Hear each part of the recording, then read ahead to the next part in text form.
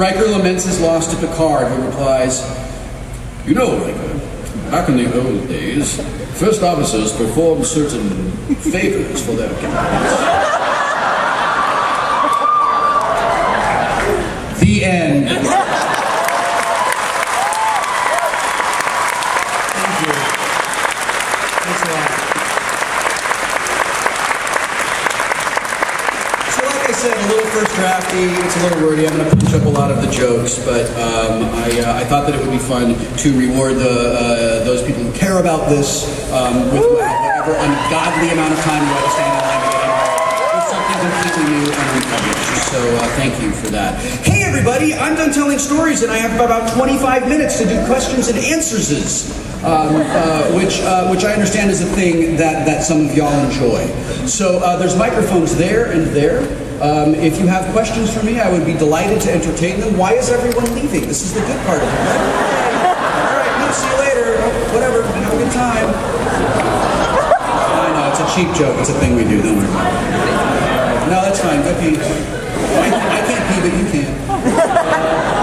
Okay, so let's see. There's a person here, so I'll go ahead and I will entertain whatever your question might be. Oh, and you're cosplaying as Amelia Pond. Wait a minute, I know you. You gave me a cape of dicks last year. I did. Yes, the cape of dicks is hanging in my closet at home because I forgot it. Well, that answers part of my question. Actually, despite having made you the Cape of Dicks, yes. I still don't know what the original joke was that led to you wanting a Cape of Dicks. Okay. Let me explain the etymology of the Cape of Dicks. The Cape of Dicks origin story. This is a .1 issue, so it's not going to be written by the main guy that writes the book, but it's interesting continuity, I suppose. And it goes like this. So Chris Hardwick is one of my best friends. Chris Hardwick and I lived together when we were in college, and we have known each other ever since, and he's amazing. His Nerdist channel on YouTube starts on Monday as well, and I highly recommend watching that. It's going to be great.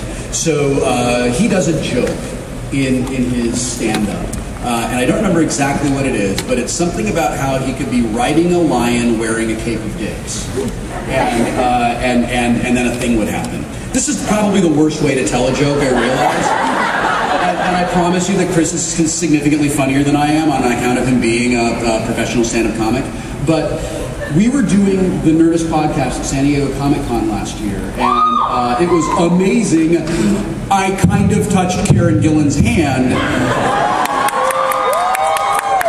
and she kind of couldn't run away from me. And then Matt Smith was all, "Oh my God, you're in Stand By Me," and hugged me. It was amazing. And Hardwick and I were just talking about how great it would be to own an actual cape of dicks. And I said, God, it would be great if someone would make me a cape of dicks. And you were that person. So actually, if someone wants to make me a cape of $100 bills, I would be delighted to receive it. Actually, the sub-question is, were there to be a Cape of Dicks 2.0, what features would you like to have in it? Dude, Cape of Dicks 1.0 is perfect. I mean, it is absolutely perfect. I guess, it's, when I wear it, I kind of look like Dio. It's like Dio in the cape, and honestly, Dio in the cape is basically Super Grover. I guess if Cape of Dicks 2.0 wanted to be more like a Cloak of Dicks, that might be kind of awesome. And it could be an integral part of my Varys cosplay. We'll see you at PAX. I'm looking forward to it.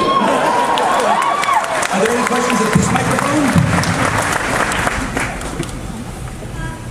Who is your favorite doctor? Who is my favorite doctor? This is a question I am asked all the time, and I have to answer it this way. My favorite doctor is David Tennant.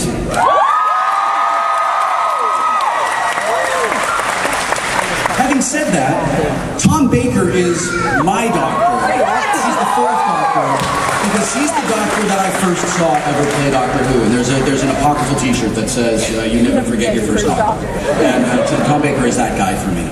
But I believe, I think that Matt Smith has done an absolutely fantastic job as the Doctor. I love his take on the character. I have to tell you, the writing of Doctor Who this last season, there were some really great episodes, and I really loved the introduction of the Silence. I thought it was inspired to have Morgan Shepherd play an older Mark Shepherd, because Morgan is Mark's father. But a thing has changed fundamentally, I think, in the storytelling of Doctor Who. Since the introduction of River Song, Doctor Who is basically 5 minutes.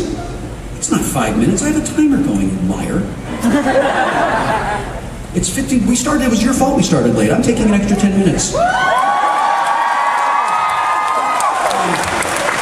Don't make me assemble a nerd mob, because I'll do it. But since the introduction of River Song, who is a character that I love, I feel like Doctor Who has become less about we can go anywhere and do anything, into a show that's more about kind of like the Book of Revelations. And I don't mind that. It's just not the show that I freaking loved when it was 10 minutes. Thanks for your question. If you were a superhero, what would your name and superpowers be? My name would be Captain Awesome. And I couldn't possibly be Sparks McGee. Listen, I thank you for thinking that I could be a tenth as cool as that real rebel Sparks McGee. But when I wear a cowboy hat, I look stupid. I don't have a tattoo. I do have a course you can plot, but I also don't, and I don't have a muscle car. None of you know what I'm talking about, but you do. By the way, there's a girl here in Sparks McGee cosplay, and it's maybe the most amazing thing I've ever seen. So my superhero name would be Captain Awesome, and my superpower would be going anywhere I wanted, anytime I wanted, making awesome things happen.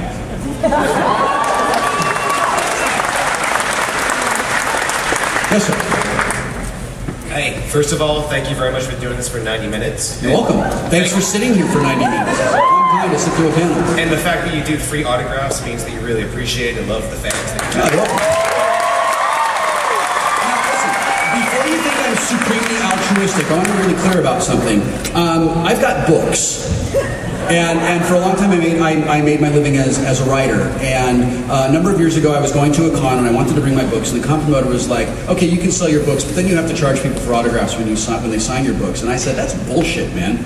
Like, that's ridiculous. Like, I'm sorry, these are good books, but they're not worth, basically charging somebody twice for something like that. And I won't do that." And that sort of started this kind of pattern of doing.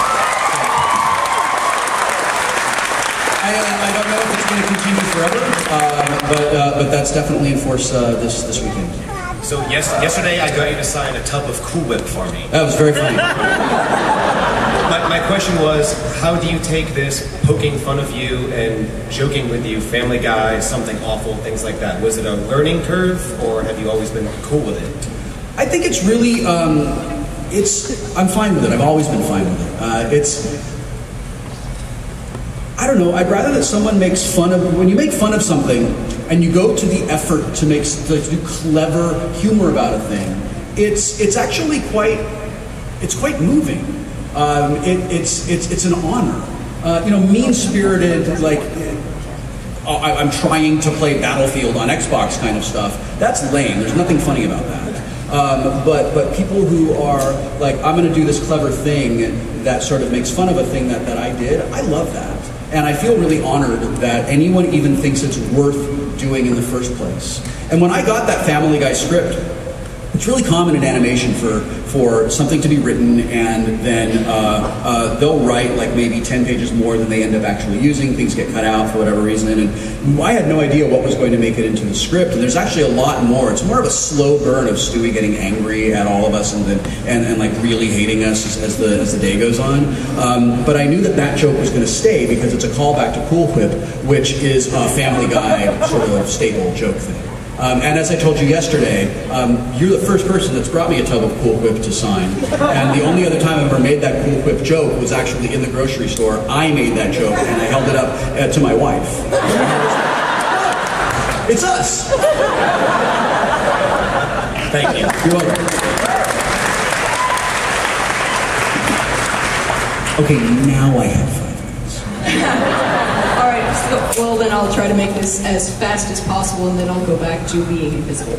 I actually don't have a question. I wanted to thank you, because I was actually born in 1985. I grew up watching Next Generation. Oh, that's awesome. And, actually, at the tender age of 4, my first celebrity crush was on Wesley.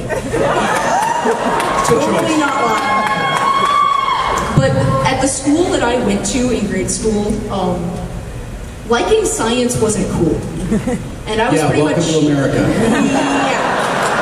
And I was pretty much the only kid in the school who had a real interest in science stuff, and I caught a lot of crap from my classmates about it. Yeah. But every time that I watched Star Trek, and even I wasn't able to recognize bad writing at that age, but... That's okay, neither were the writers, and they were right.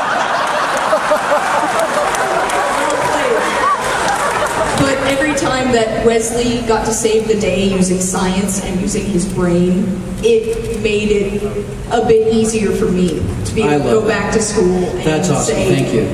You know, a kid can be smart in school, so thank you so much. You're not alone.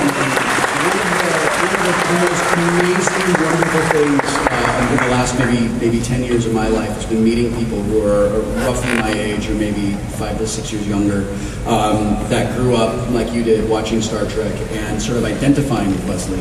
And I can't even count the number of people I've met who are scientists or engineers or doctors or somehow work in the sciences because they were inspired by that character. And you know, as an artist, all of us who create things, we want our work to sort of matter to people. I mean, that's the difference between an artist and someone and like a Kardashian, you know.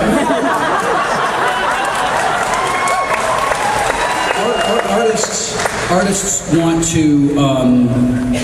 Artists want to. All right, I'm sorry. It's gonna have to be the last question. He's giving me the no, I'm serious. That's the end of the thing. Sorry. Artists want to. Artists want to create something that challenges people, or that causes you to think, or gives you some sort of a joyful distraction from your day, or gives you a world to explore, or something sort of challenging. Like all art should be kind of challenging in a way. And we seem to have really gotten away from that in modern entertainment, especially with the entire reality TV genre, which seems to be mostly about making people feel that their shitty lives aren't as shitty as these people who they're making fun of. Oh, who, by the way, are millionaires and laughing all the way to the bank. And they create nothing, and they add nothing to the world, and it makes me really sad because it's a waste. Like, that time is so unbelievably wasted. I'm not saying that everything has to be deeply meaningful, and every bit of entertainment you have to watch has to be super inspiring. Like, I love Modern Family. It doesn't really inspire me to do anything. It's just, I'm glad that there's an intelligently written comedy on TV that I'm not on, you know, because I'm already on that. And I am incredibly grateful, you know, for a lot of time, for basically all of my teens and well into my 20s. I never heard from people who liked Wesley Crusher because they were the same age as me, and they didn't have access to the internet, and they weren't, you know, they were kids, so they weren't going to conventions. And it took me a really long time to learn that when someone likes a thing, they just sort of go, yeah, I like that. They don't feel the need to go online and be like, I fucking like this.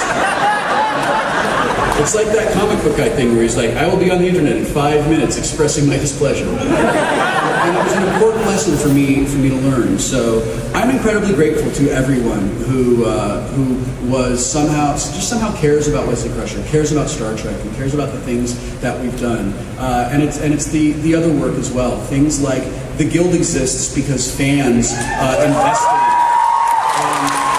Without the Guild, I mean, I was friends with Felicia, but we never really worked together, and we weren't like close friends, and she's now one of my best friends in the world, and we're creative partners, and we do lots of great things together. Tabletop wouldn't exist without the Guild wouldn't exist without fandom, and it's really important to me to say to all of you here, and anyone else who happens to see this, thank you very much for making it possible for me to do what I do. And when you see these things that we create for you, and you let us know that they matter, it really means a lot. People will say, no, the work is enough. Those people are lying. When you're an artist, you create things for an audience. And if the audience is not there, then you're basically just a sad, lonely, crazy person. So we are all sort of sad and crazy as artists, but it's because I can come here and tell these silly stories for 90 minutes to 3,000 people that I don't feel lonely. So thank you for that. And